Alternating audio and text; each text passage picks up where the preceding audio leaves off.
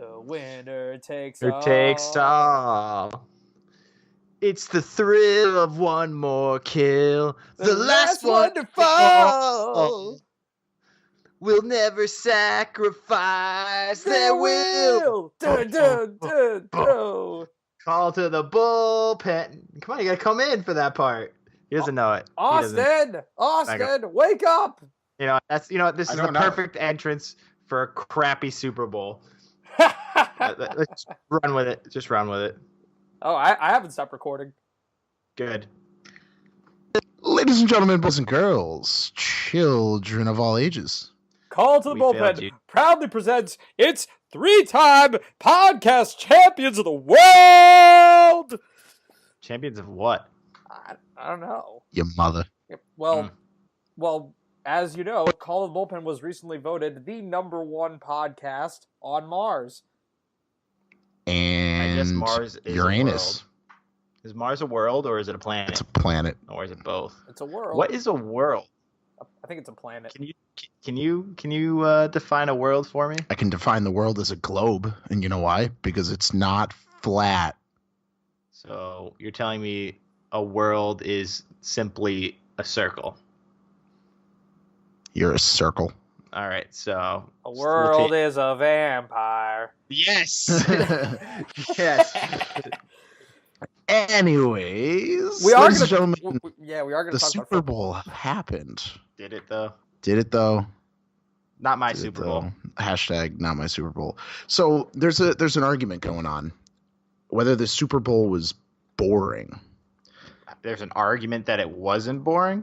Yes, and the reason being is because some people are claiming boring Super Bowls as blowouts, where the game would end like 39-10. There was like a Cowboys Super Bowl, I don't know, 40 years ago or something. That was a 30-point game. And people were saying that's boring because by the third quarter they tuned out, they went home, they didn't care, they knew the winner. The reason they're saying this isn't boring is because this game could have gone either way up until the last, 2.5 minutes? Right. The word boring describes a close competition. I think this was a letdown. I think it was boring. I don't think it was boring. It was absolutely boring. Well, no scoring. But because it was low scoring, correct. It was a lack of big plays. It was a lack of excitement, which is why I think it's a letdown. However, people do make a good point. The Rams could have won this game up until the last 2 minutes. Do you call a 0-0 baseball game boring? Or is no, it depends. It depends. Here's the thing. You can't just...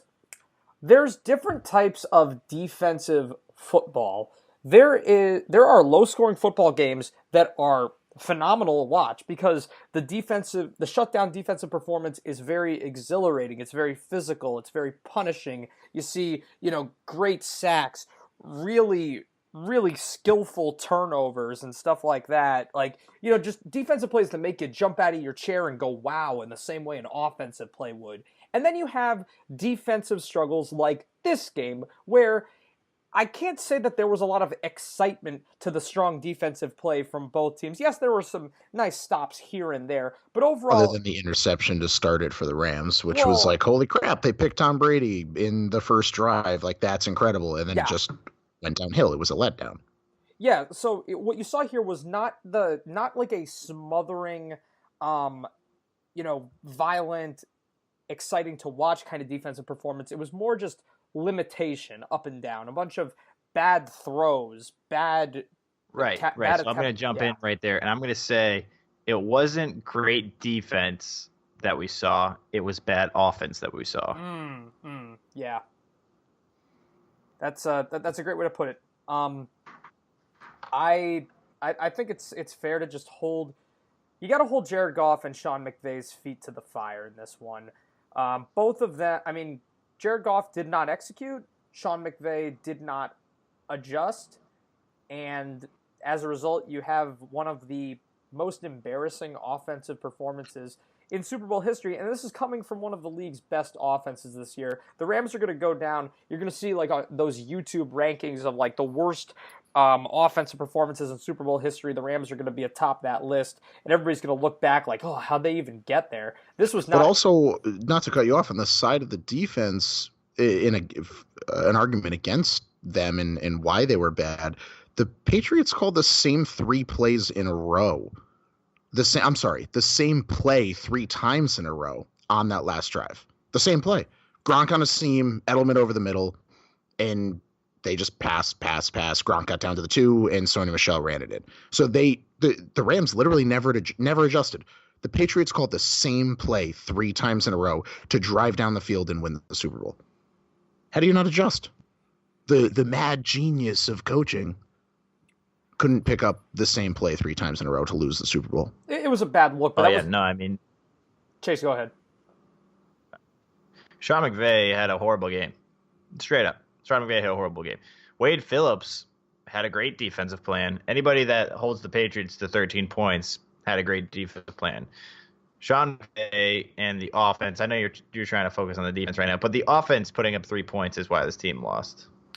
And you can say the same thing. Why couldn't they adjust? What happened at halftime? Like, clearly you have to throw everything you planned out the books, but it doesn't seem like that way.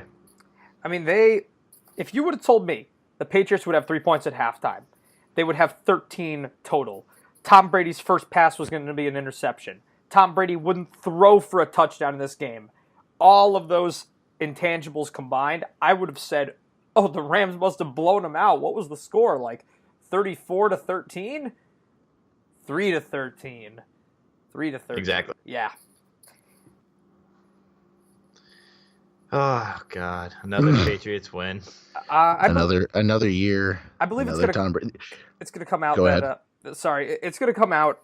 I have no doubt in my mind that Todd Gurley was hurt. I think that it's gonna come out that he's gonna need some degree of knee surgery in the off season. It's not gonna be anything major because he was obviously well enough to suit up and play. But the fact that Jared Goff was playing as poorly as he was, and they only gave the rock to Gurley 10 times. And this is a guy who is arguably the best all-purpose player in the league. Even at worst, he's among the top 3. It's him, Saquon, and Zeke at this point as far as dual-threat running backs that can completely change a game and put an offense on their backs.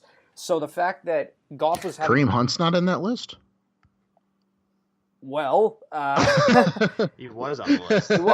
He was until he. Let's just not. Yeah, all right. Let's just not get into that right in a second. Try to keep it family friendly. Never. Oh boy. So what were you saying? I was saying that I believe that Gurley had to have been hurt coming into this because there's just no excuse for only giving him the ball 10 times in a game where Jared Goff was playing this poorly. There were games earlier this season where Gurley didn't get a ton of carries, but that's because the passing game was totally lighting it up. This is back at the point where Cooper Kupp was healthy every week, and once he got hurt, Goff's numbers have dropped drastically. So I think Gurley... Goff, I don't think... So what you're trying to say is a healthy Gurley would have changed this game. Is that what you're getting? Yeah, he could do that. Okay. But what about CJ? They literally played 2 games before this, or 3 games. No, 2 games. They played 2 games before this with CJ Anderson in the playoffs, and they were absolutely fine. I mean, they scored plenty of points in the last 2 games.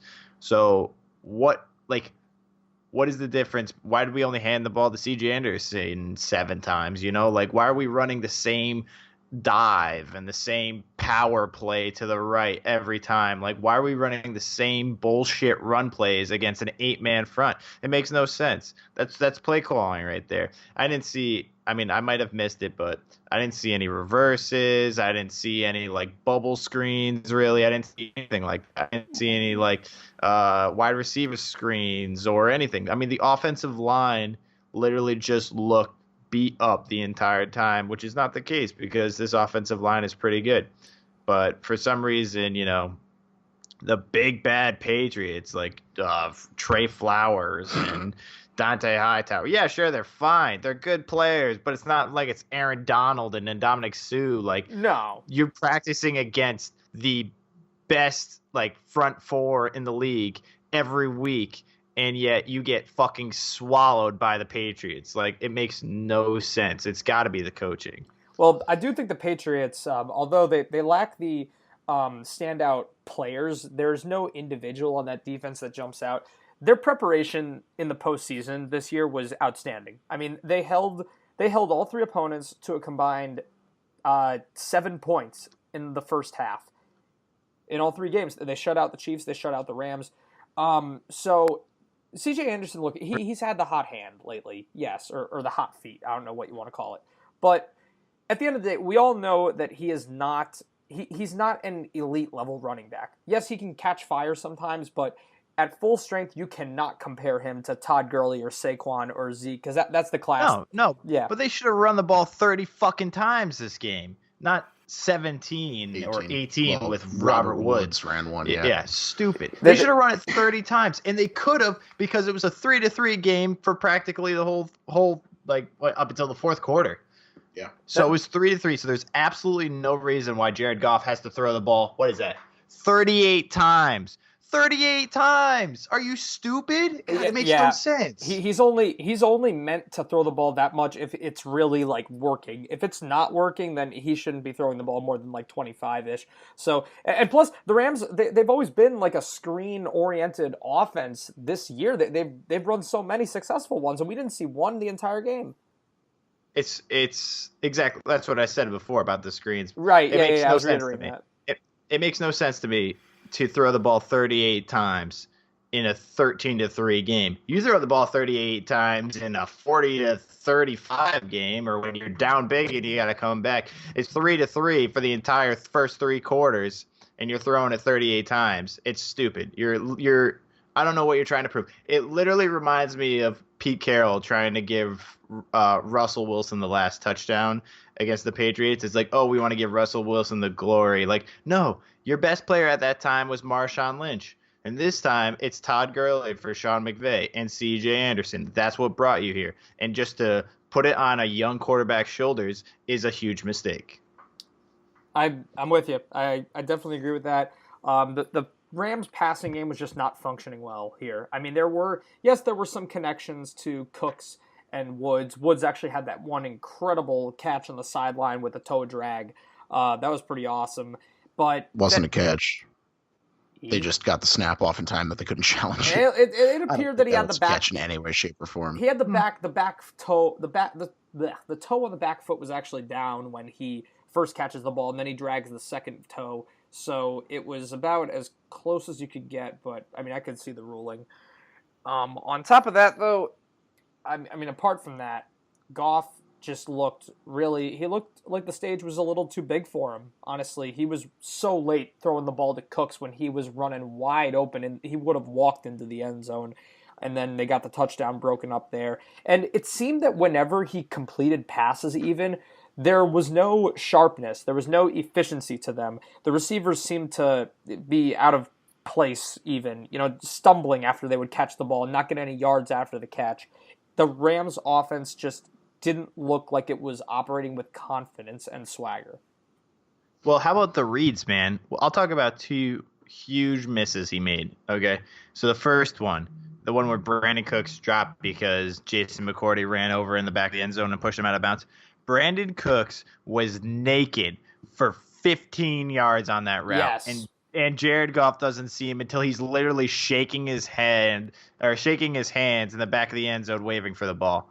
So huge misread from Jared Goff there. And then there's another one on the interception for Stephon Gilmore, right? They run a full cover zero, blitz everybody, and Stephon Gilmore is 15 yards off of Brandon Cooks after they just ran a streak play. So clearly he's covering the deep ball again. But yeah, Jared Goff throws up a prayer where Stephon Gilmore could have fair caught and it would have been a pick. It was like, those are the mistakes that as a coach, and I know he's a young coach too, so the young coaches make mistakes. I get that. But as a coach, you got to eliminate those from your quarterback. Quarterback and coaches are like a tag team. They're like a partner. Those two guys are much closer than anybody else on the team. So he's got to know that his guy's young and that he's already struggled for most of the game. He's got to make easier reads. He's got to make, simpler plays like this, like the screens, like the slants, like quick shit like that. But no, he's just, I think it's bad play calling, and I think it's not knowing, maybe trusting Jared Goff too much. Yeah, I don't. I think it just comes down to execution on a play like that. I mean, they were moving the ball pretty well down the field at that moment. So taking the shot at the end zone, I don't entirely disagree with, but it was just the ball placement was just awful. And I mean, maybe that wasn't the play for the touchdown. He had a chance to gain a solid 20 or so yards to set it up, and then maybe, here's a bright idea, go run the damn ball and get the touchdown that way once you get in the red zone, because the Rams didn't get inside the red zone. They did not get in the red zone once this entire game.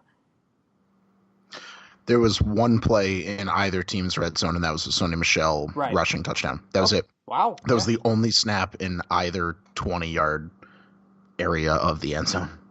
One play in the Super Bowl. Yeah. Unbelievable. And it's just horrible. It's a shame because the Rams, I thought, did everything they needed to do on defense. I mean, yes, they ended up not being better than the Patriots were on defense in this game. But once again, held them to 3 points. They got the penetration at the line of scrimmage that the Chargers and the Chiefs could not in the AFC playoffs. They didn't dominate the line of scrimmage. They didn't dominate Sony Michel. They surrendered some big runs. A lot of them were later on in the game. And really, it was the first drive they were getting overwhelmed, and then once they got that interception, the tide seemed to shift, and they started to find a rhythm. I thought that Donald and Sue had a really good game. Even Peters in the secondary, better than we all expected, in all honesty. They limited the damage for the most part. Edelman did wind up with 10 catches, well over 100 yards. He was the MVP of the game, but he was pretty much the Patriots' only option as far as throwing the ball downfield, apart from a couple throws to Gronk.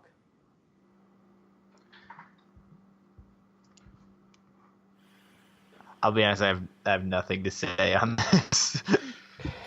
I think the only good thing that we can look at going forward is potentially the rumors of Tom Brady and Gronk retiring. No, there's no rumors about Brady retiring. Not Brady. There's Gronk, just thoughts. There's thoughts. Well, so somebody's saying that Gisele's trying to get the teammates to get him to retire because she wants him to retire. So those are I'm sure this is just all BS. However, it's a talking point, if you will. I don't want to talk about the Patriots. No, but I want to talk about Tom Brady never playing football again. Well, on that note, the league would be so much better. On that note, we have dwelled a lot on. We kind of spent the first, this whole analysis so far covering the Rams side of things. I think we should give some credit to the Patriots. I think that. Yeah, sure, they're great. Yeah, wow, 7 Super Bowls, fantastic. 6. Okay, 6. Whatever. I don't want to talk about the Patriots, and I'll tell you why. And I don't care if there's Patriots fans listening right now. Nobody wants the Patriots to win. I'm a Broncos fan. We're the only team that's beaten the Patriots in the last, 10 years. Oh, yeah, that's right. Wait, hold on. Is that 10 years ago? When was the second one? 8. 7. 7. 7. Oh, 7. And then what was the other one? 11. Okay, so 8 years ago. You're welcome. Right. But what I'm saying, we're the only team that beat the Patriots. It's true. I guess, and the Eagles last year. But my point is, it's yes, we get it. You're good. Congratulations. You guys figured something out. Maybe a little suspiciously figured it out a couple times that apparently no other NFL, anybody, coach, player, owner can figure out. You know what? I can't figure out? How these guys just accept the minimum payment to win Super Bowls. You know how much Julian Edelman's made with the 3 years that he's gotten the Super Bowls or whatever? He's made less than in his entire earnings, so that's 8 years or something like that, 9 years. He's made less than Odell did last year only last year, and all the top guys Antonio, even Aaron Rodgers, guys like that. Oh yeah, 1 year for these guys. Julian Edelman, the MVP of the Super Bowl, in his total life, did not earn as much as 1 year for these guys, these major superstars. And I don't get it. Well, because the Patriots have had their share of quote-unquote superstar NFL players, but Guess what? The second they want more money, they're out of town, and the Patriots are like, "See ya, move on to the next one." Right. But my point is, why, like, how do they talk their players into saying yes? Is my point. Well, most of We're the Patriots. We're almost going to guarantee you a Super Bowl. Come play for us. Well, Right. But Edelman, I'm sorry, that only does. Yeah, rings are great, and like I get that, like it's all about getting a Super Bowl ring or whatever. But like after you retire, it's just a fucking piece of jewelry. Yeah, that's worth like $150,000. Right, but that's nothing to the $10 million that these guys are making per year. I'm not saying I disagree with you. I'm just saying. I'm thinking these people are just. But that's why Robinson Cano went to Seattle for a buttload of money, and now he's playing for the Mets, and he's never going to win anything ever again. Because guys like that go for the money, then they don't get championships. And then there's guys that don't care about the money, or maybe don't care as much, or the incentives to win are better than the contract. I mean, I'm sure there's a bonus for Julian Edelman getting the MVP and in winning the Super Bowl, because there are those kind of bonuses in sports, especially built into contracts. You play this amount of games, we'll give you this much. You make the playoffs, we'll give you this much. You win the Super Bowl, we'll give you this much. So yeah, his base contract, and I don't know what it is, because honestly I don't pay much attention to football number. I'm sure it's not a lot based off of what you're saying. I'll take your word for it. However, the bonuses probably add up to something that he's comfortable with, and then on top of the fact that he's won 3 Super Bowls, which is more than a lot of other people could say. Let me put that in simple numbers here. I'll give you $1 million a year and give you 3 rings, or you can go play for the fucking, I don't know, somebody like the fucking Dolphins or somebody and they'll give you $10 million a year, but no ring. Julian Edelman signed an $11 million contract with the Patriots. Which is not even It's still $11 million. I understand that it's not as much as Odell Beckham Jr.'s 1 year, but like, I was thinking he was making like $200K. Some players he made $11 million. Some of these guys on top of a $5 million signing bonus, $7 million guaranteed. Yes. So, but that's not. So he made $16 million for the contract. $5 million signing bonus. Hey, you sign this piece of paper. Here's $5 million. I know it sounds like a lot, but compared, it's not. It's not though. It sounds a lot to us, but compared to other number one wide receivers, I'm just saying, it's not a lot. It's not like he's making $200K. He made $16 million for one contract on top of all of the incentives, and then still won 3 Super Bowls. So basically, what they're doing is they're offering a median for each one of their positions, right? Yeah. So you make an average amount of money. You could be the best player in your position. Like Dante Hightower is probably one of the better middle linebackers in the league, but he's never going to get that big contract. Same thing happened with Jamie Collins. Jamie Collins was like talking about how he wanted a bigger contract. He was a great player. They shipped him out because they couldn't deal with him. Yeah, well, and Chase, I mean, I totally understand your point. Your point's very valid. I just wanted to point out that Edelman is an anomaly because for the most part, most of the players do go the Jamie Collins route. The guys that can command that money, they usually get it elsewhere. The Patriots, it's not like they've been. This is the thing that's so great and impressive about the franchise is the fact that they have been winning with a revolving cast of players. There's a reason that Tom Brady stands alone as the only player with 6 rings. Granted, like what player other than the quarterback position has a 20-year career other than maybe kickers? But it just goes to show he's been the one constant. Him and Bill Belichick. Belichick more important, of course, but those are the constants. That's all they need. Everybody else, they pick and choose. They strategically go into these drafts in the mid to late rounds to find guys that fit their agenda, their system, that they can mold, that they can coach to do things the, for lack of a better term, Patriot way. Right. So the Patriot way is one thing, right? So like they get these young guys, they teach them for 3 years, and as soon as their rookie contracts are up, if they're asking for too much money, like Dion Lewis, they ship them out. And then they kick them out of the nest, and they go get more young guns, bring them in, and do the same thing all over again.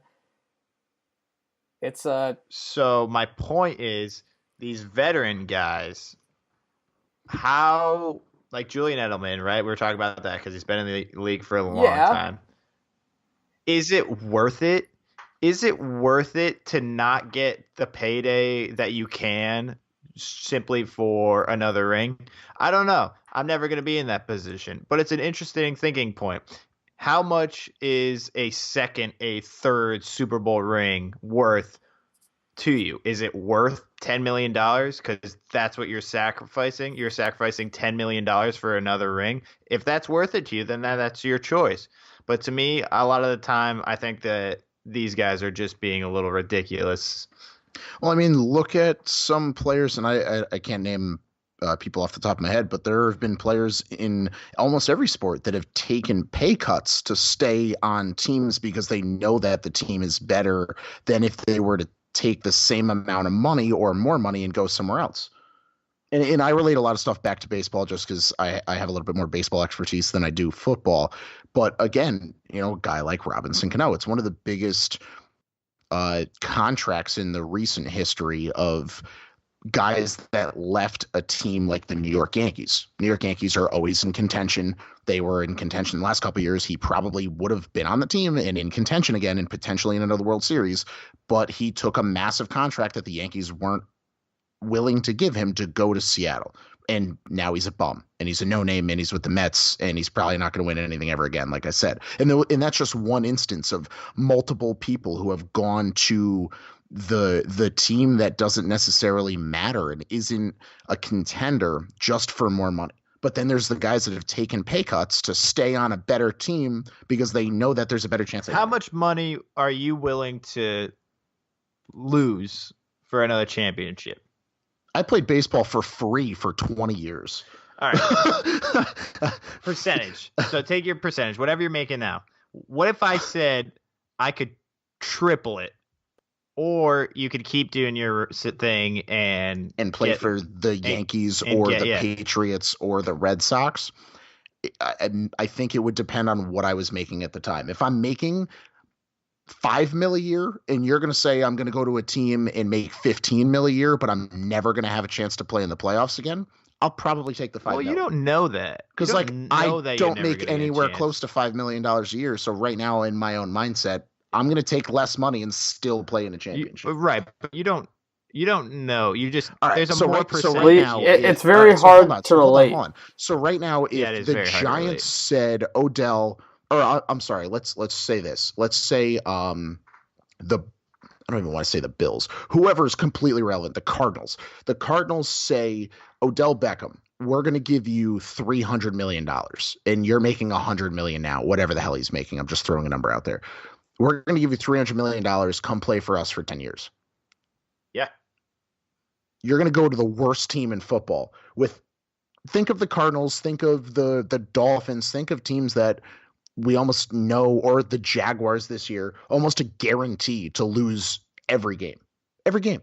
You're going to go play for a shit team for a lot of money and never win again. I think what people forget is these careers last about 9 years for most of these guys. 9 years. When you're 30, more than likely you're done. That's fair. For most of these positions. So you have, after your rookie contract, you have about 6 to 8 years to get paid. Or win a championship.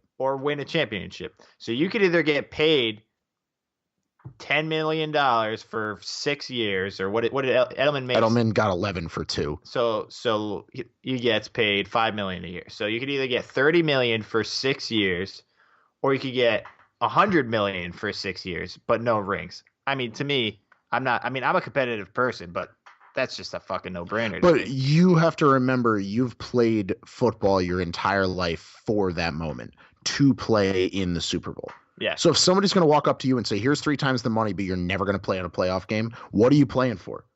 Money? All right, I get it. But you played it is a job. But you played for 20 years of your life, and you're only going to play for another 10. So you've played 2/3 of your entire football career already. And you're pretty much saying, I'm never going to play in a competitive football game again, because the regular season doesn't matter if I'm guaranteed to never make a playoff. Think about volleyball. You played volleyball. Think about life you after played the sport. You played volleyball, correct? Yeah. All right. So, and you played at Alberta's. Yep. Okay. So, if, I don't know, West Virginia, Texas A&M, Syracuse says, here's $100,000. We're going to pay for all of your schooling, but you're never going to play in a championship or a playoff volleyball game ever again. Or you could play at Albertus or Southern or somewhere smaller, and you can play in a competitive game. You can play for a state championship, a national championship, or we're going to guarantee you're going to win a national championship. Think about a college basketball player. We're going to send you to March Madness, the Final Four, but you're not going to make any money. You're going to pay for your schooling. Or here's $100,000 and all of your school paid. You're never going to play a competitive basketball game. And you're never going to have a chance to make the NFL or the MLB I guess or the NBA. It's all value then. It depends on what you value money. And to me, money is very important. Yeah, I think $30 million is plenty of fucking money. So you have to think everything's relative. So if you're making $5 million a year, all your expenses become $5 million a year. That's just that's if you buy a fucking mansion. Right. You can have an apartment for $850 a month. Sure. Maybe But want that's a just summer home, not how it is. Not everybody lives with their parents playing NFL like Philip Lindsay. That's fair. Philip Lindsay? So, there we go. Yeah. Yeah, a little shout out. So afterwards, after your career is over, you don't want your fucking funds to run out by the time you're 45 or 50 and have to get another job. So don't spend it like an asshole. But that's what they do. Like, this isn't me and you. All right. So now this is changing from what would you do for a contract to learn how to run your personal finances. No, it's not. Well, not that. It's just the fact thing. that like you're retired, right? You're retired, which means you made $30 million. Put some of it in the bank and don't buy a fucking mansion and a Lamborghini. Austin, Jared, back me up here. I understand what you're saying, but I make a lot less money and I get by just fine in a one-bedroom apartment. Jared. If I made $30 million, I could live in the same place and still have $30 million. Listen, Austin. Here's the thing. These players, like most NFL players, retire, almost all of them before the age of 40. The average working person works nowadays into their 60s. Because they don't make $30 million in 10 years. Well, either way, if you can get more, then get the most that you can. Think of it like dealer. I understand that, but you've also won 3 championships. So now you're talking about Julian Edelman being the Super Bowl MVP. You don't think he's going to be on a Coca-Cola commercial and he's going to make $100,000 a month or a year? Or Tom Brady. Look at LeBron James.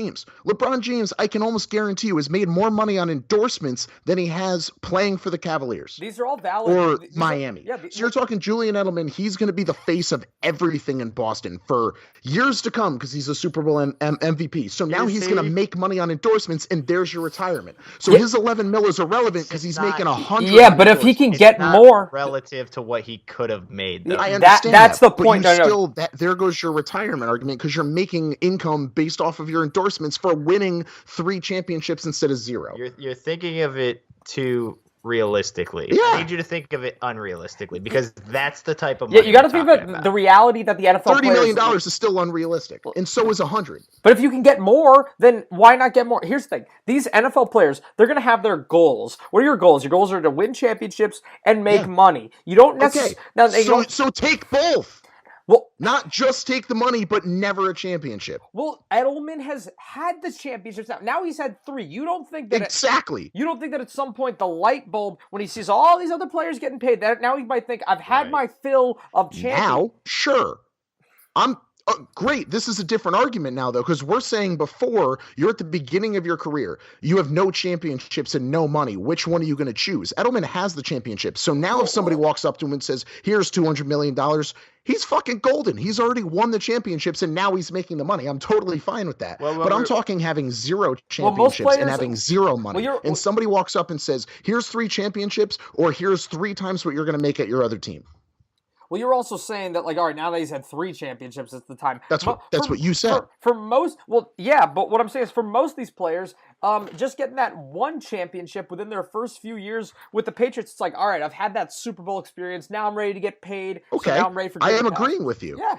I agree with you with that. Before we were talking about not having any championships and not having any money. And my argument was you've played your entire life to make the Super Bowl. Take the third of the money and still have a shot or almost a guaranteed championship playing on the Patriots because they win 1 out of 3. or just take the money and never play in the Super Bowl. Now we're talking about you've already won a Super Bowl. Go sign a big contract. Great. That's what Robinson Cano did. Back to baseball. And again, that's just what I do in my own mind. He won a World Series with the Yankees, then took a big ass contract and went to Seattle. Okay, now you've won the World Series. Now you have a shit ton of money. I agree with you 100%. But if we're talking before you've ever even played in a playoff game, here's 3 times what you're making now, but you're never going to play in a playoff game again. My ass is going to play in the playoff game. Maybe that's just my competitive nature. And 30 mil is perfectly fine to me as a 20-something-year-old person, and especially 21 coming out of college, playing college football, making no money. But if you're saying I already have a Super Bowl and now somebody's offering me a big-ass contract, no, I'm not going to say no. Well, but if we don't have a Super Bowl and I don't have any money, I'll take some pretty damn good money that I never had before and still a chance at a Super Bowl. Well, this all stemmed from the Julian Edelman argument. And technically, Edelman has had championships for the last 5 years or so.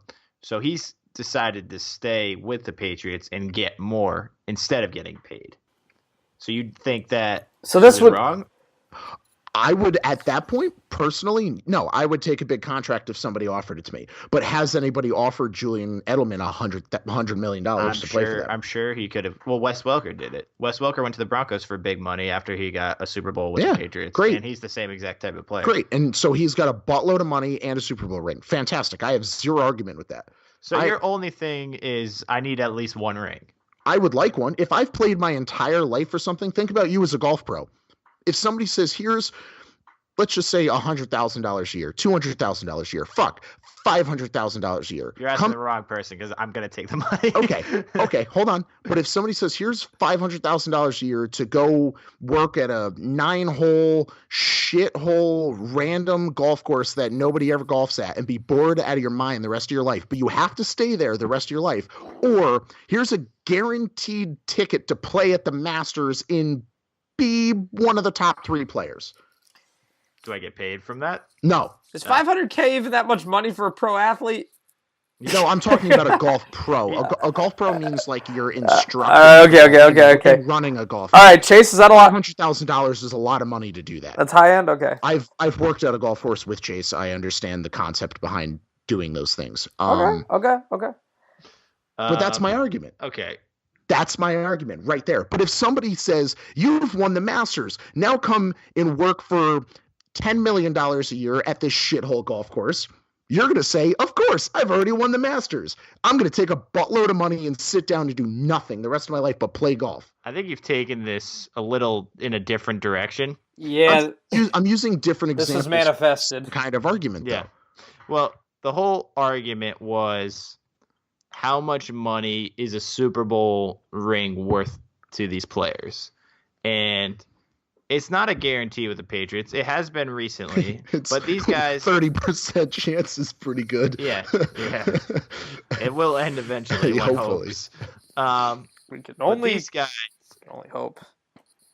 These guys have, and when I say these guys, I mean the Patriots organization has somehow gotten a group of guys that are willing to sacrifice big time money for a better chance at a Super Bowl ring. In fact, multiple chances. I mean, these guys still stick around. I mean, you got guys like Devin McCourty, Patrick Chung. Like, these guys could have been the top safeties in the league if they went somewhere else, and top paid safeties in the league. And but again, you're not playing with Tom Brady and Bill Belichick and even Brady, like right. Brady gets tons of endorsements, right? So he doesn't really need to worry about the money. But even he is like $200 million over his career, something like that. Yeah, but he's not even, I don't think, in the top 5 paid quarterbacks. $200 million is still a shit ton of money. Right, but it's not relative to his skill level and what his worth is. So my question is, how does the organization get these guys to sacrifice their worth just to play for them and play for another championship when they could go to other teams?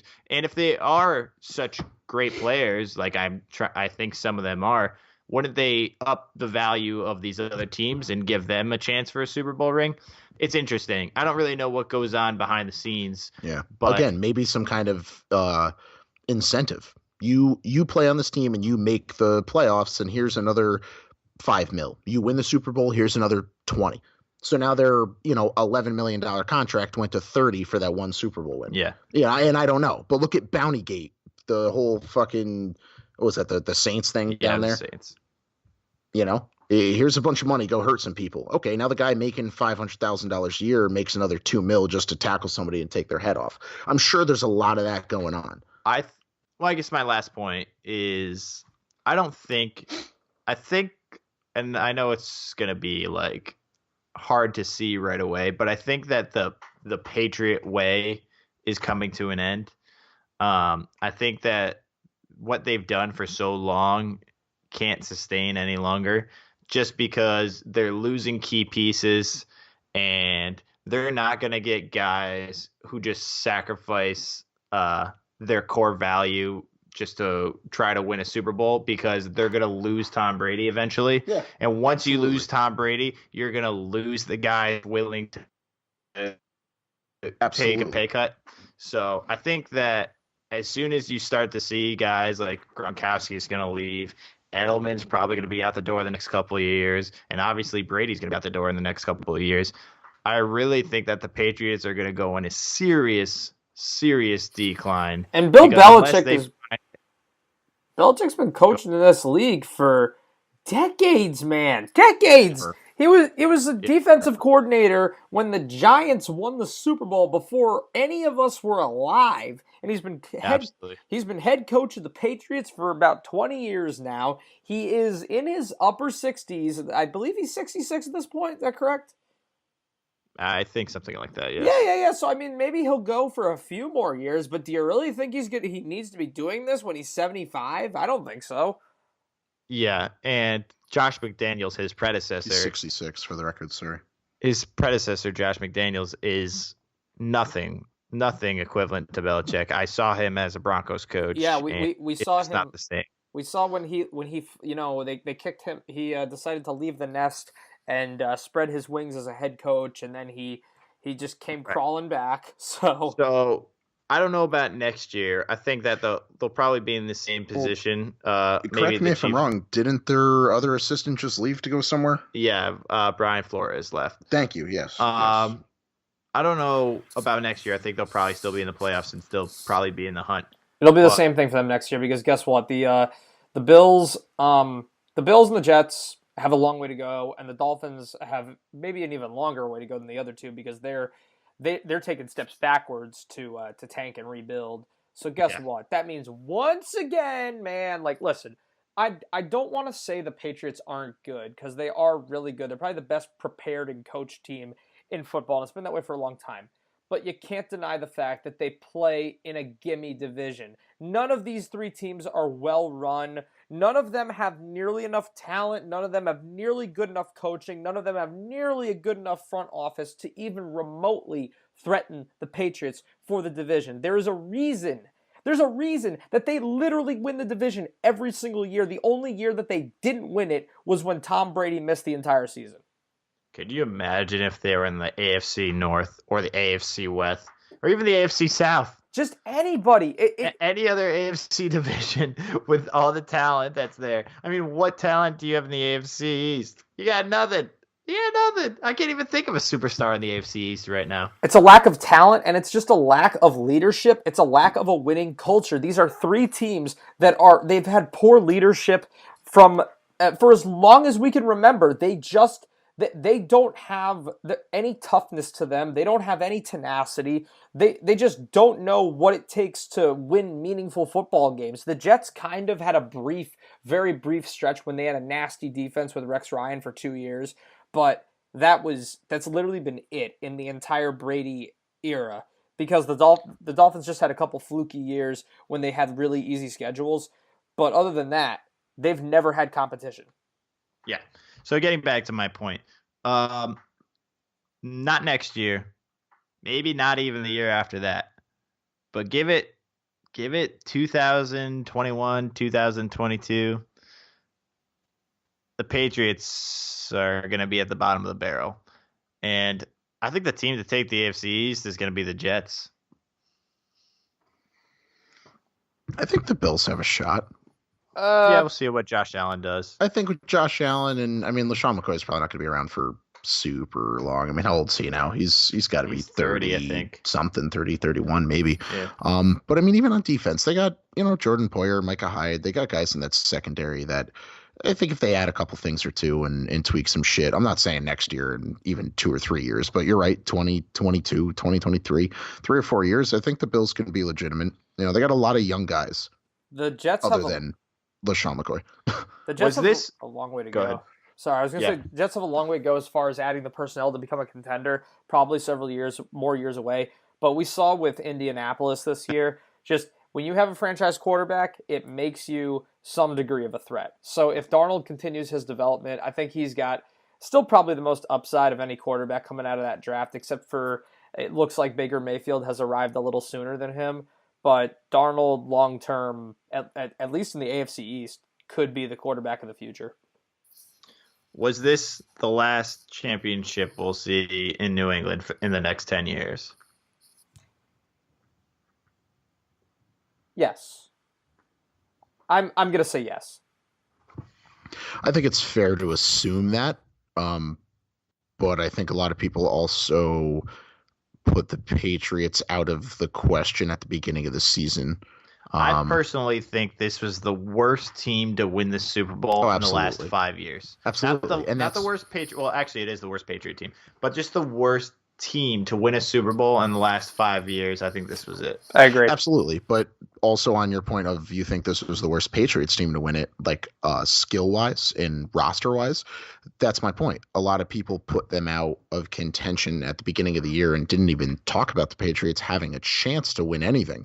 And here we are. So I think there's always no. Let's pump the brakes on that a little bit. Pump the brakes, will you? All right, yes. Were they a lot of people's preseason Super Bowl pick? Were they a lot of people's mid-season Super Bowl pick? No. But were they a lot of people's late-season Super Bowl pick? You are phrasing it as if people expected this team to suck, and everybody and their brother, thought this team. I don't think anybody ever gave this team a chance to win the Super Bowl. So if we're going to say we aren't giving the Patriots a chance to win the Super Bowl in the next 10 years, I'm just saying there's not a great chance, but there's always a chance. It's a prediction. For a team that nobody thought was going to even make the Super Bowl. Well, we didn't think the Chiefs would be, 13-3 or whatever they were last year either. So we always can be wrong. But I think with the up and coming talent in the AFC specifically, the Chiefs look good. Like the Chargers look really good. Like you got teams building. You got new quarterbacks. That's the thing. Absolutely. Getting better. They're getting better. The Ravens, I don't know entirely what to make of them, but they should be getting better. The Browns are getting better. I don't know if that makes them a Super Bowl, Absolutely. favorite. Man, I'd love to see the Browns this season. They're getting better. The Colts could be a few pieces away from becoming just as good as they were in the Peyton Manning days. Not an exaggeration. The Chiefs are getting better. They're trending like they might be the next AFC juggernaut, and the Chargers could be right there with them. Although the Chargers have a shorter window because they have an old quarterback, but they've got upside for sure because the rest of their roster has a lot of depth. And I know we're getting into the NFC. I just want to talk about the Rams one more time. I think that the future is really bright for them, and I feel like the experience of being in the Super Bowl, even though they had a terrible performance on offense, it's going to be good for them to know what the stage is like.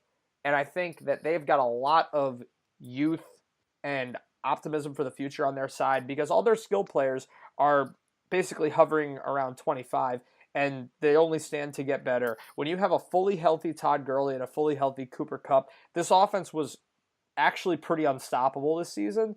So I think the best version of the Rams would have beaten the Patriots in this game, and we will get the best version of the Rams for years to come. I could not disagree more with you. This is what they call the Super Bowl hangover.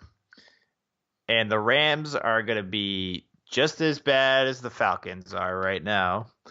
Unless Sean McVay can really figure it out and pull his team together, this type of loss on this type of pedestal and this type of environment, it stays with you for a long time. And the Falcons had a 28-3 lead. They lost that game to the Patriots. Haven't talked about the Falcons since. They made the playoffs. Haven't talked about them since. The Rams are going to do the same thing. They're not going to go 13-3 next year. They might not even get 11 wins next year because the Seahawks are good. You got the up and coming. You still got the Saints, but they're not in their division. You got the up and coming Cardinals with a new coach who I think are going to be better. No. They're not going to be good. They're going to be better. They're going to be better. Maybe by a game or two, but come on, they're still going to be last place. Yeah, they'll probably be last place, Yeah, but they're still going to be better. They're not a threat. They're not a threat. And then you got teams in the NFC like the Bears, the Packers are going to be better this year. You got a bunch of teams. It's like the Patriots. Like the reason you got to talk about the Chiefs too. They throw a defensive weapon in there or two, and they're in the AFC though. No, but we were talking about the AFC a little bit. What I'm saying is, you look around the NFL, and there's not a lot of scrubs anymore. Everybody's growing. Everybody's getting more talent. That's why Jaguars still exist, Chase. Yeah, you got your Jaguars, you got your Titans, but even the Titans win games. Titans, man, they're annoying.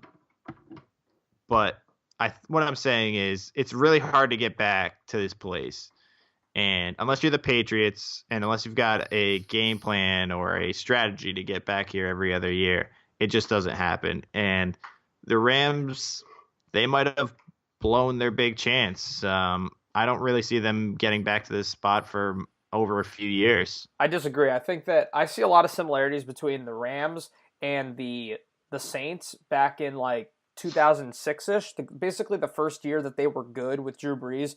I think that this is the start of a new offensive powerhouse in the NFL, and they're going to be good for many years to come. And I'm going to predict right now that within the next 4 to 5 years, with 5 years being the absolute maximum, they're going to win a Super Bowl. Because here's the thing. It goes back to Todd Gurley. Like, I know people have really forgotten about him because he kind of disappeared due to, I think, injury over the last month or so. People don't realize just how special of a player he is and how he's one of those players that can just make an entire offense go. You compare him to... Look at what Saquon Barkley did for the Giants. A horribly run offense this year. Just a terribly functional offense. They were halfway decent solely because of him, even when they played defenses like the Bears. You look at the Cowboys. They don't have a great quarterback by any stretch of the imagination. They've got one weapon now with Amari Cooper. But apart from that, why does the offense work? Because they have a guy like Zeke who's a really, really, really special player. Todd Gurley operating at full strength combined with, we saw what Goff could do when Cooper Kupp was healthy, the success he had throwing it downfield with going 3 wide. The Rams are a juggernaut at full strength. We didn't see them at their best selves over the last couple months, so people are doubting them. But I firmly believe what we saw in September and October is indicative of what this team's going to be like for the next 5 or 6 years. I think that you've got to be good for longer than 8 weeks for me to think that it's your actual MO. They were filthy on offense all throughout the 8 weeks. No, the season prior. 8 weeks. Everybody, the They were the Jaguars. 2017, they were great. Then this year, they were even better. They showed all signs of a developing team. Jared Goff, he had a crappy Super Bowl. But the last couple seasons, he's improved so much from what he was a couple years before that. They need to add somebody if they really want to get back to the ship. Who they need to add, I though? don't know. Somebody, maybe a good wide receiver. Brandon Cooks is a streaker. He's not a number one. Well, Cooper Kupp could come back, and he was obviously Cooper, hello.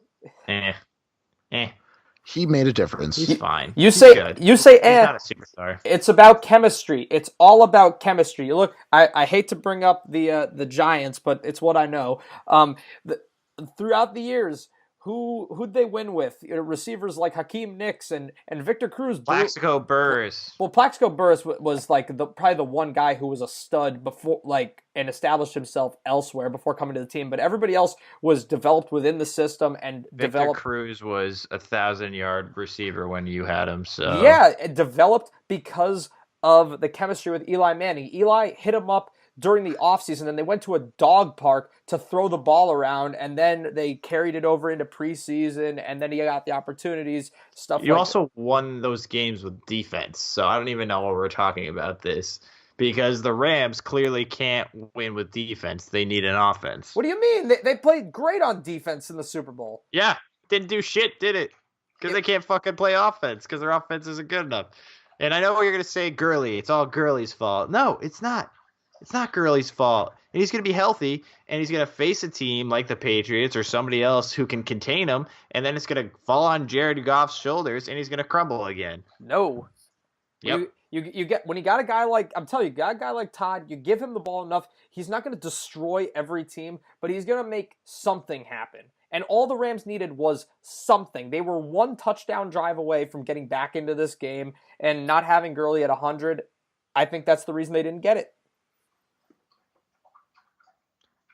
I don't think they'll be back in this position for a while, but we will only tell with time.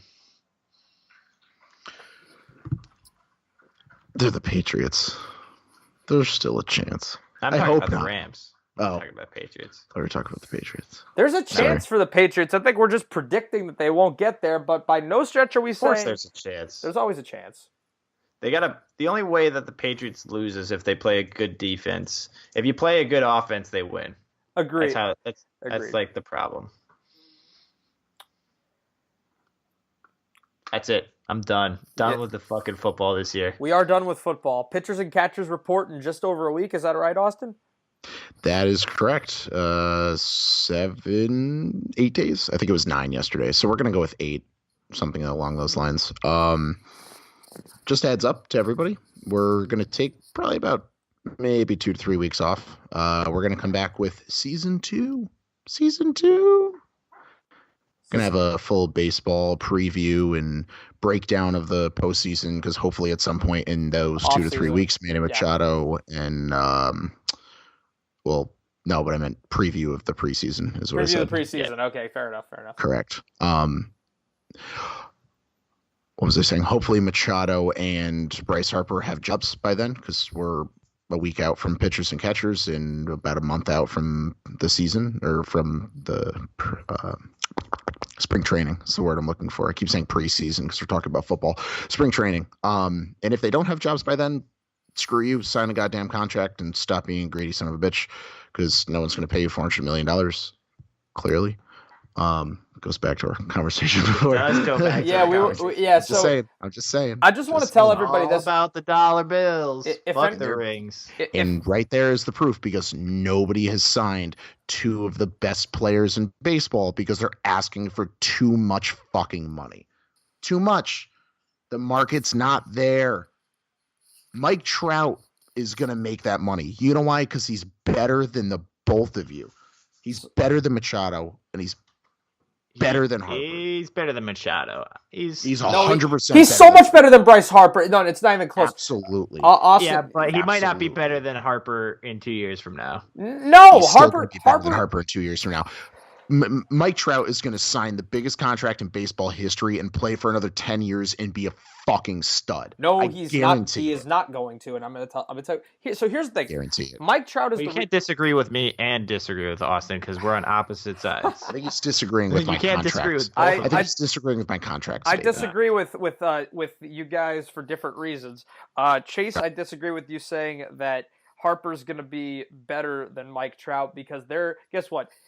To me, Mike Trout is everything that people say Bryce Harper is. And you know what? They've both been in the league for enough years now for us to see how good they really are because they're both in their prime. You see what a true A-plus stud, best of his generation player looks like in Mike Trout, and Bryce Harper is just a pretender as far as I'm concerned. He's a great player. He's in the better, tier of players, but he's not like, oh my gosh, like the modern day Babe Ruth. I have to pay him $500 million to please join my ball club. It's not like that at all. And I'm going to tell you this, Mike Trout's playing on a 6-year contract for $145 million total. That's going to pay him essentially from ages 23 to 29. That is Trout is 27 years old. What's that? Mike Trout is 27 years old. Yeah, he's in the midst He's of got that. 2 more. Yeah. Oh, I think you said he was getting a 6-year contract now. I was like, that makes no sense. He signed a 6-year contract. He's in the midst of a contract that is paying him throughout his mid to late 20s. Essentially, just when he exits his contract, he's going to have maybe 2-3 more years of prime baseball left before the decline begins in your 30s. So the fact that a guy like that is playing on a 6-year deal, to me, that's like the prime time to pay somebody and just the right length. I think that's the reason Harper and Machado can't get their 10-year deals, because people are looking at like, Correct. Well, neither one of you are as good as Mike Trout, and he's playing on a 6-year contract throughout his 20s. Why am I going to pay you from age 27 to 37? Absolutely. I couldn't agree more. And that's what I mean. They're being greedy and they don't deserve the money. They don't deserve it. So you're saying if you cut 3 years off that contract, you would do it? Absolutely. I would do a 6 to 7 year contract for the same per year? I don't know, maybe 210. Would you do the same per year though? I would. Yeah. Yeah. Okay, I think that's fair. But the 10 years is astronomical. And I was having this conversation with my father today. The amount of long-term bad contracts outweigh the amount of long-term good contracts. I mean, you could name so many long-term 9-10 year contracts that have just gone horrible guys that aren't even playing and they're still getting paid. The Yankees paid out A-Rod to stop playing baseball because he wasn't playing baseball anymore. Jacoby Ellsbury, did you even remember that Jacoby Ellsbury still plays baseball? Not you, Jared, because I know. Do you know who Jacoby Ellsbury is in the first place? Yes. Okay. Did you know that he even still plays baseball? What team is he on now? He's on the Yankees. He's on the Yankees now? He sits home and gets paid because he hasn't played in, 2-3 years on a consistent basis? I think he played like 3 games in the playoffs a couple years ago. But that's it. He hasn't played half a season in at least 3 years. I was going to say that he's on the Red Sox. Was he a Red Sox? He used to be. Oh, and then he signed, Jared, an 8-year contract with the Yankees? Give or take 7? 8-year deal. Okay. And he hasn't played in 2 years, and the Yankees are paying him. Do you know how much they still owe him? $47 million. There's actually, I know we're getting a little off topic. There's a very famous contract that we should mention. I think it's a Mets player that they're still paying. Oh, are you talking about the hockey goalie? Bobby Bonilla. Bobby Bonilla. Yeah, happy Bobby Bonilla Day. Yeah. That's exactly what I'm talking about. I thought you were talking about Rick DiPietro there on the Islanders, because it's the same thing. They paid him $100 million to stop playing hockey because they sent him down to the AHL and then cut him. Literally. But that's my point. We're talking about bad contracts that are famous because of how bad they are. And you're talking about potentially signing Manny Machado and Harper to another 10-year contract until they're 37 for the most money in the history of baseball. I guess only time will tell. And either they're not going to have a job or they're going to take a 5 to 6 year contract or a 1-year contract somewhere, which me and Jared were talking about earlier, and hopefully potentially make more money next year. Kill them.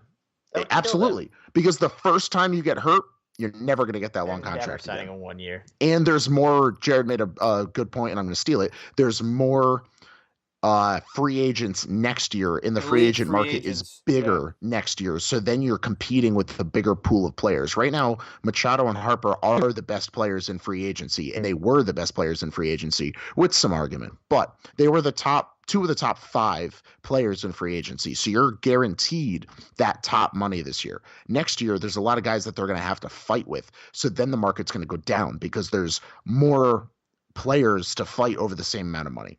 So they can't sign a 1-year contract. So they're going to fuck themselves for the future. And if they keep wanting $400 million for 10 years, they're not going to get it.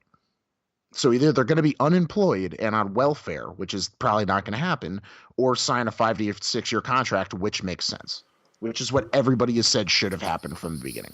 Yep. You're going to have all that to listen to coming up in the next couple of weeks. After a couple of weeks. Give you guys a little preview, of our MLB opening episode. I'll just give you guys a little, just so you guys know, the last few weeks we've been pumping out the football like crazy with the playoffs going on, and there's been so much to talk about in that regard. But I've been texting Austin saying, hey, let's plan on doing a breaking news baseball episode if Machado or Harper sign, and we've been waiting and still nothing's happened. You want to talk about boring sports. The baseball offseason this year is the most boring offseason I've seen in years. Because there were 2 sets. Dude, did you know that Dallas Keuchel doesn't have a team either? I did not know that. Exactly. Nobody's signing anybody. Curtis Granderson signed with Miami, if anybody's wondering. But nobody is, because he's Curtis Granderson, not Bryce Harper, Manny Machado, and Dallas Keuchel. Gah. Anyways. What happens first? Machado or Harper gets signed? Let's table it. So what's going to happen is we're going to take about 2 to 3 weeks off. We'll give you a heads up when we're coming back. You'll see it. This is going to be the end of, we're going to call it season 1. It's like Game of Thrones. I never watched Game of Thrones, but we're going to have a season premiere. A little lion on the screen, rawr. Season premiere. Yeah, exactly. If I only had a brain. Or is that the heart? I think it's the heart. Brain. What? No. Yeah, the brain was the Tin Man. No. The heart was the Tin Man. Oh, all right, I was right. I was right in the first place. All right. No, the brain was the Scarecrow. The lion was the nerve. The nerves. All right, whatever. Scarecrow wanted a brain. Ignore the man behind the curtain, okay? There's no place like home. There's no place like home. There's no place like home. So we're gonna bring on a couple guests for that first episode. We're gonna announce them in the near future. One's a pretty good friend of mine, and one just did a TED Talk in Hartford, Connecticut. If anybody wants to look it up, we should do a TED Talk. Yeah, we have to be like important and smart to be invited to those things. We could pretend we are elite podcasts. So it's like the Ringer. Podcasters. We could pretend and bet on sports. We'll be like, yeah, we got a really famous podcast called The Bullpen. And then they're gonna look it up and be like, who the hell are these guys? Proof's in the pudding. Anyways, so keep an eye out for that. We're going to take a couple weeks off. Keep an eye out on our Facebook, Instagram, and Twitter, because we're still going to be posting on that. And like, if Bryce Harper and Manny Machado do something, I said do, we may have a short little episode just talking about those kind of things to let you guys know what happened and what our thoughts are, when Bryce Harper signs with Miami and doesn't do anything for the rest of his career. But yeah, that's it. That's season 1. We're through. That's a wrap. 50 episodes? Is that what we're at? 40 something? We're getting close, man. What are we at? I'm going to look. 40. All right, so this is 41. Still, it's a lot of episodes. That's 41 episodes, guys. Holy crap. And we had the biggest month of listens, so thank you. We broke 150 listens in January. Downloads, listens, wow. Whatever they constitute. And I didn't even listen to them. I know. Usually that's like 4 of mine. Usually I'm good for like 4 or 5. No, but seriously, thank you to whoever is listening out there. Please, for the love of God, I've asked you every episode, message us.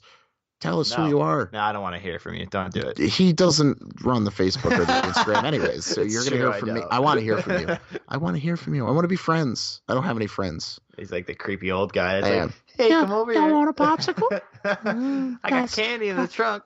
Got some popsicles in my basement. It's Herbert the Pervert, Family Guy, if anybody's wondering. But yeah, so seriously, thank you. Season 1's a wrap. 884 downloads. Almost broke us out 1,000 in season 1. That's not bad. It's not bad, which means by the end of season 2, I want 2,000. I want to break 1,000, and I want to make up for the 116 that we missed. It's a good goal. It's a good goal. Let's do it. Come on, guys. Listen, reach out to us, talk to us, tell us what you want to hear. Tell us who you want to have on, other than, like Gronkowski, because we're not famous and he won't listen to us. But like, you guys want to come on? You guys can come on and talk. Wow, I'll interview you. Slow down. No, why? We'll have some guest call-ins. It's elite podcast. Call right here. to the bullpen. We're gonna have them call the bullpen. Start with like voice messages. Yeah, or exactly. Like that. Yeah, they're gonna call the bullpen. Call the bullpen. Call the bullpen. Hey, you're welcome. See, I've thought about this. At call the bullpen. At call the bullpen. At call to the bullpen on Facebook. At call the number 2 in the words. The BP, and the letters BP. Call to the BP on Twitter. Call to the bullpen on Instagram. PP. Thank you. Seriously. Season 1's a wrap. Chase is going to be out for solid 3 or 4 months until the draft. The draft. He'll come on for the draft. We'll talk about preseason. Then he'll probably bail for another couple weeks. Then the season will start. Yeah. And then he'll be back. So say bye to Chase. Bye. Chase. Hope you find your dad. Bye, buddy. So, yeah, it's going to be me and Jared. We're going to have some guest call-ins and some guest co-hosts, like I said, a few friends of mine. Hopefully with some local players. I got a couple guys in the lines, some local baseball players going to come in and talk about baseball because that's what's happening. Pitchers and catchers, baseball. It's a thing. And the Masters. You know what? All right. Yeah, Chase will come on. We'll talk about some golf. Maybe I will be around. Yeah, Chase will be around. We'll figure it out. We'll talk about some golf. I'd like that. That'd be fun. I like golf. Yeah. And we're talking about doing a live. Hold on. A live show from the Travelers Championship. Yes, we are working on that. Yeah. Travelers Championship, Hartford, Connecticut, Cromwell, Connecticut, something along those lines. Cromwell. TPC River Highlands. Hell yeah, baby. Live show. Me and Chase. Screw you, Jared. Jared could come. Maybe. I want to go to the Travelers this year, man. I want to come to the Darty. You want to be in the invite? Yeah. Right, we'll talk about it. All right. People have probably hung up by now. Stop listening. See what I did there. Well, then why don't you do a official close? Ladies and gentlemen, boys and girls, from the deepest, darkest depths of my very dark soul. Is that where I was going with that? Dark Souls? Thank you. We're hanging up. Season 1. Over. Oh! Click.